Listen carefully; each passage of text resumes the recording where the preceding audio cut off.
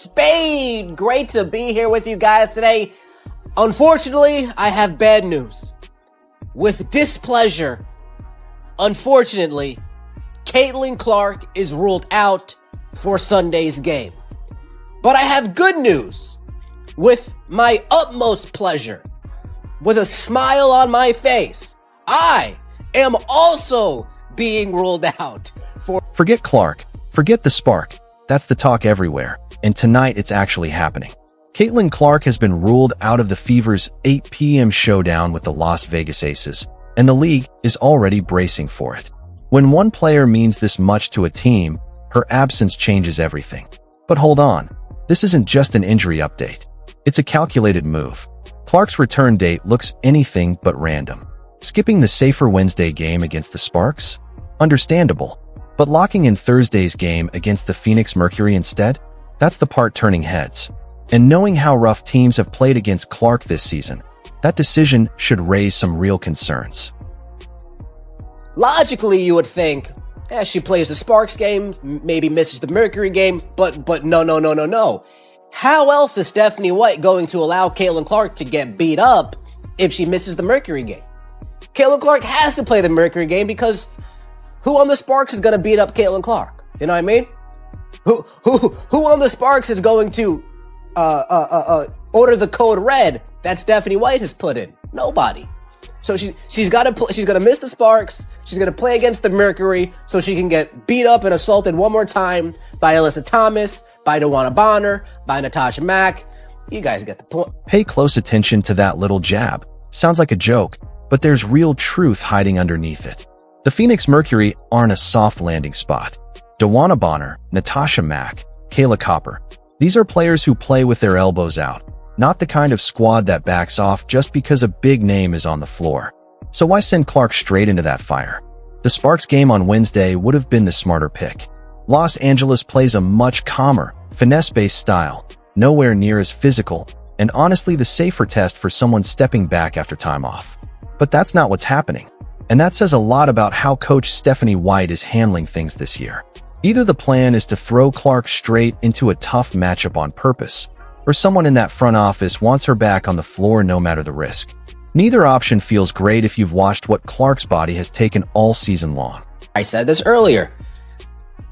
How is Caitlin Clark going to get beat up if she doesn't play against the Mercury, right? How is Caitlin Clark going to get taken out so Stephanie White can run her offense if she's not going up against the Mercury? You know what I mean? Now, yes, I'm joking, but you know what they say. All jokes have a smidge of truth attached to it, right?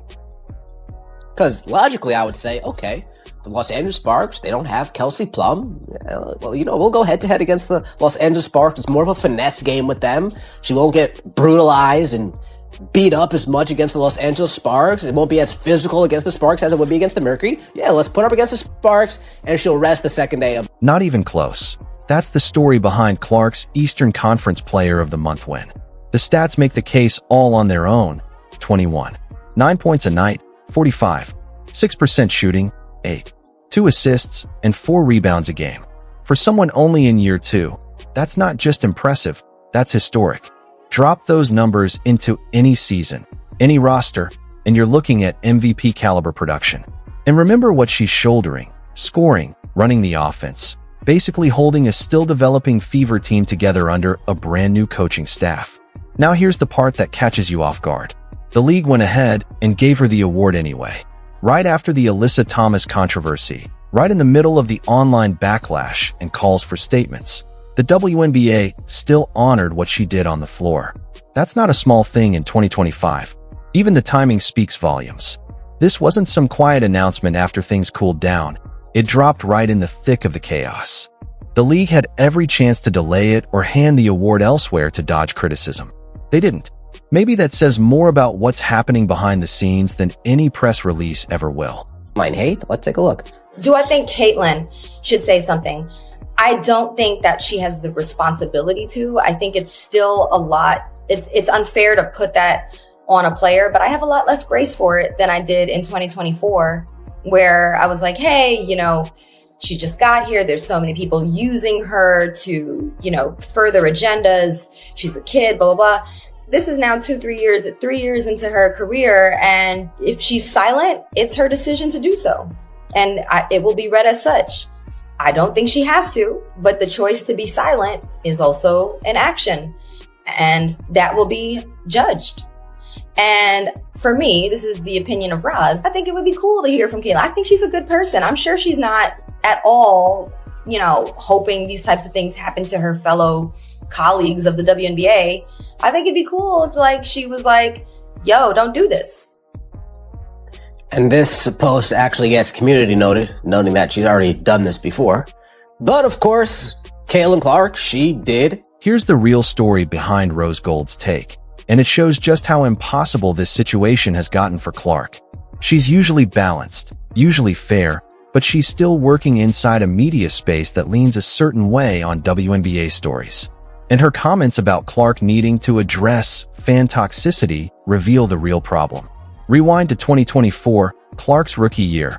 Rose Gold cut her slack back then. She got it. Clark was brand new. Some fans were using her name for their own agenda, and it wasn't fair to expect a 22-year-old to control an entire fan base. That was the reasonable take, the human take. Now, that patience is gone. Staying quiet gets treated like a decision that needs defending. Suddenly it's, wouldn't it be nice to hear from Clark? And somehow the blame has shifted completely, away from the players throwing hard fouls, away from how the league's handling things, and landed right back on the player getting hit. That's the trap. Whatever Clark says, it won't satisfy the crowd that's already decided how they feel about her. She could give the most heartfelt statement possible, and within hours, someone would still find a flaw in it. Name specific fans directly. They'd say it came too late, or wasn't emotional enough, or missed the right acknowledgement. And here's the kicker. Rose Gold even admits Clark already addressed this before. That old clip got fact-checked online, proving she'd already spoken out against hate and harassment. But that doesn't matter, because this was never really about a statement. It's about wanting repetition over and over. It's about making Clark center herself, not as someone facing rough, dangerous play, but as someone who owes an explanation for who cheers for her. That's the real message hiding behind every call for her to speak up. I'm sure you guys have a lot of questions, and obviously I haven't been available for a week or so. So, first of all, I know what you guys are going to ask, and I did think it was a flagrant foul. And our reffing just needs to be better. And, it's tough. Obviously, the refs are in a really difficult spot. It's one of the hardest jobs in the world, in my opinion, is to make calls. All you do is get yelled at the whole time by everybody. You're never winning. So I think for us, as the league's just got to do better protecting our players in that regard. I don't really think that it was up for debate. Obviously, it wasn't called in real time. You go back and watch the clip. I think it's pretty straightforward. It's kind of been a discussion for 3 years now, and I think we really need to do a better job protecting the people in this league. And, obviously, I've been involved in a few of those plays, but there's been plenty of others across the league that, haven't got called, go back and post-game or whatever it is, teams submit clips, nothing really changes. So I think overall the league just has to do better, and we have to invest in those areas. The technology can get better. We can treat the referees a little bit better, pay them like they're full-time employees. I think things like that. And, I think a lot has obviously come after that. And as I've stood up here and said before, the harassment, the hate, none of that is okay. That goes for the opposing team we play. That goes for my teammates. That goes for my coaches. There should never be a question of character. I've always stood up here and said that, and that's truly what I believe. That's how I was raised. So, none of that is okay, and I don't want anybody to ever experience that.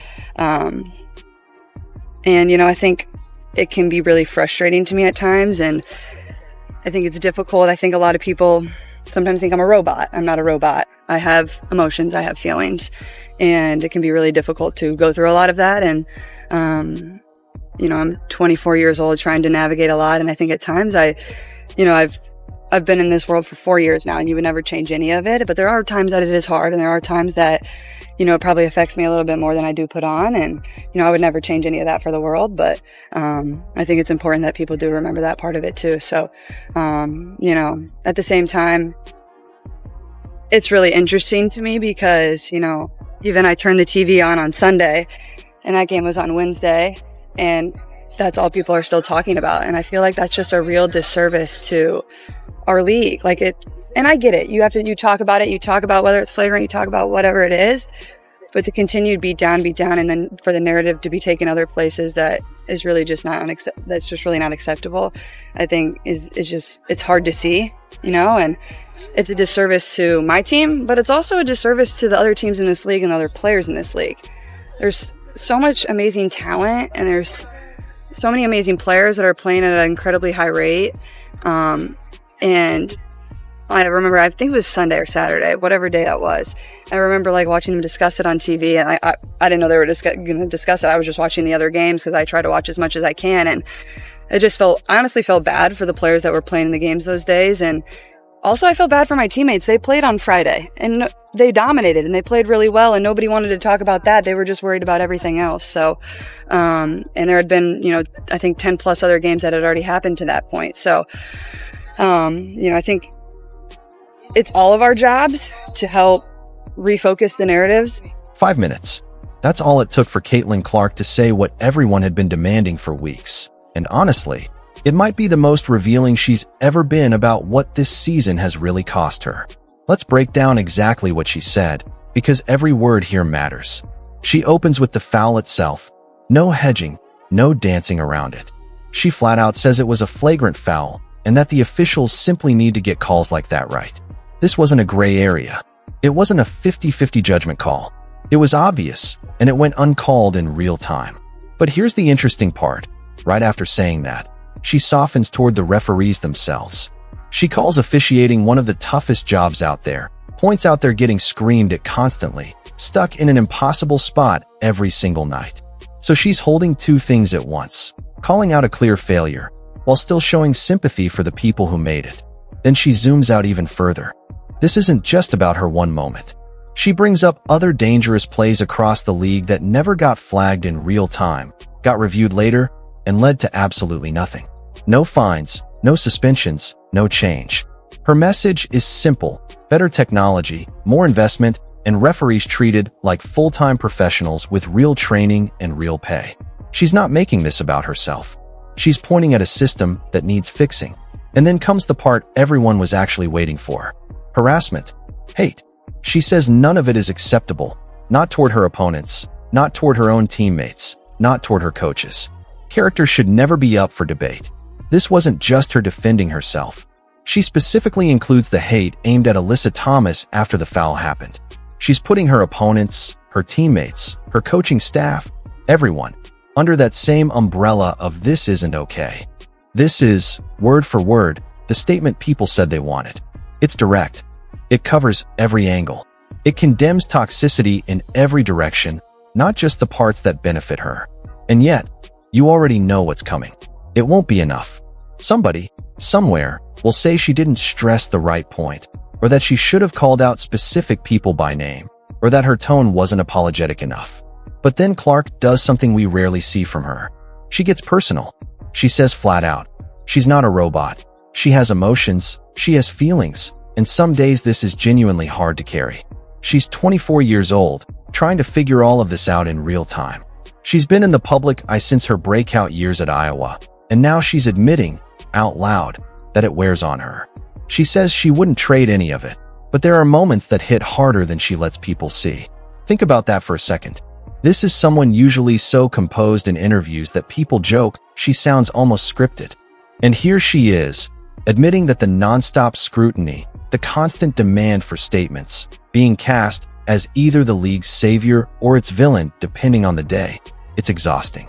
She's in year 2 of her professional career, and she's being handed problems that existed long before she ever stepped on a WNBA court.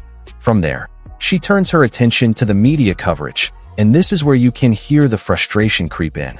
She talks about turning on the TV 3 days after the incident, expecting to see basketball, and instead it's still the same flagrant foul on a loop. Not her team's dominant win on Friday, without her. Not the 10+ other games played since. Just that one foul, replayed and dissected over and over for content. She calls it a disservice to the entire league, and she's not wrong.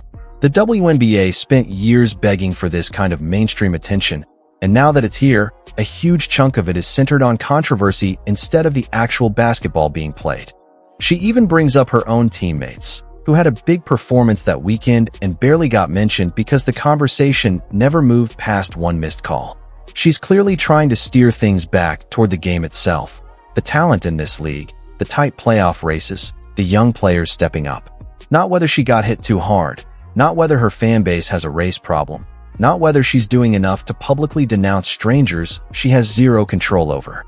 Then she zeroes in on something that visibly bothered her. A headline claiming her season has been nothing but frustration and misery. Her response is blunt. Nobody ever asked her that. Nobody reached out. Nobody checked. The media simply decided how she felt and printed it like fact. That's the real issue here. Coverage that invents a narrative instead of reporting one. Her ask is simple. Talk about her performance. Say she played well. Say she played badly. Break down the team. Fine. But stop manufacturing emotional storylines about her state of mind without ever actually talking to her. She wraps it all up by saying she just wants to get back to smiling, to enjoying the game, and honestly, the world could use a bit more of that energy. Then comes the injury update. She'll miss Sunday's game, but she's feeling better, itching to get back to practice, and hopeful about returning for one of next week's back-to-back matchups. So there it is, a statement that covers the foul, the officiating, the online hate, the media narrative, and her own mental health, all in one go. It's more than she's ever shared publicly on any of this, and it still probably won't be enough for the people who've already made up their minds about her. Because here's the real issue underneath all of it. Caitlin Clark represents exactly the kind of audience the league spent years trying to attract. And now that it's actually here, a loud portion of the existing fan base and media resents it. They resent the ratings spike when she plays. They resent the jersey sales numbers. They resent that casual fans show up specifically for her and tune out the second she's off the floor. What they're really asking for isn't a statement. It's for her fans to somehow vanish, or transform into fans who fit a certain mold, or for her to apologize for being more popular than players who came before her. None of that is realistic. None of that is her job. The league has a generational player on its hands. Someone bringing in record attention and money. Someone handling all of this pressure with a level of maturity that honestly outpaces her age. And instead of protecting that, instead of building around her the way other leagues did with their biggest stars, she's left exposed to rough, physical play while somehow also being told to apologize for her own success. That's not sustainable. That's not smart. And if she gets rushed back too soon, if she takes another hard hit because officials keep letting things slide against her, if something serious happens because nobody stepped in to protect their biggest asset, we're going to look back at this exact moment and ask why nobody acted. Caitlin Clark said everything people asked her to say. She condemned the hate. She showed real vulnerability. She called for change. Now it's on the league to actually do something about it. Or we'll be right back here having this same conversation the next time she's left on the floor with no call. What do you think? Is this finally enough? Or does the league need to step up? Drop your thoughts below. And if you want to stay on top of this story as it keeps unfolding, make sure you're subscribed so you don't miss what happens next.